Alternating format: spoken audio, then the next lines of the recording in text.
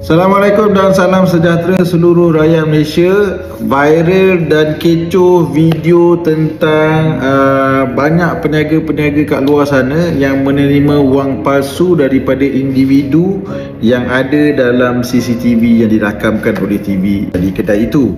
Dan kalau kita lihat rata-ratanya, berdasarkan kepada rakaman itu, kelihatan individu itu sepertinya merupakan warga asing. Saya nak kongsikan pengalaman saya sepanjang saya bertugas sebagai pegawai penyiasat PDRM pada satu ketika dahulu.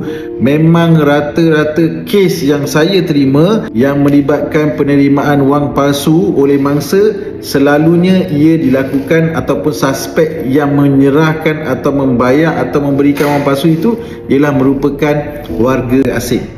Ataupun apa-apa isu yang melibatkan pembayaran, sama ada terlebih bayar ke, terkurang bayar ke, terbagi duit lebih kembali kepada si pembeli itu. Macam-macam cara kaedah dia manipulate penjaga-penjaga cashier ni untuk mendapat keuntungan kepada diri dia.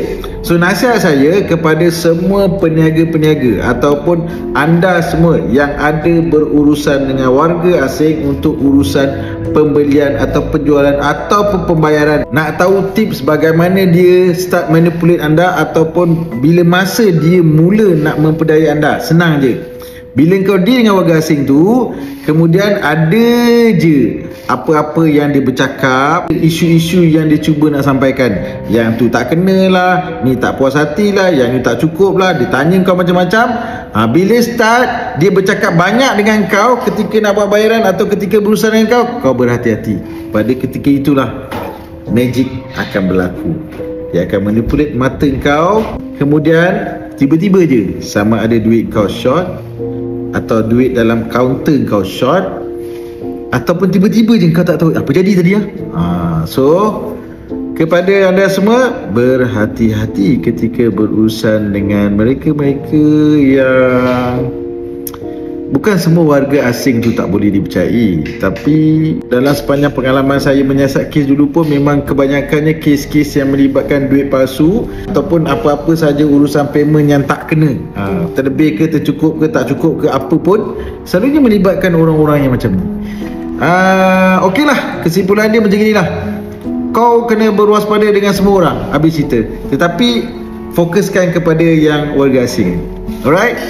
Jangan terpedaya dengan kata-kata dia.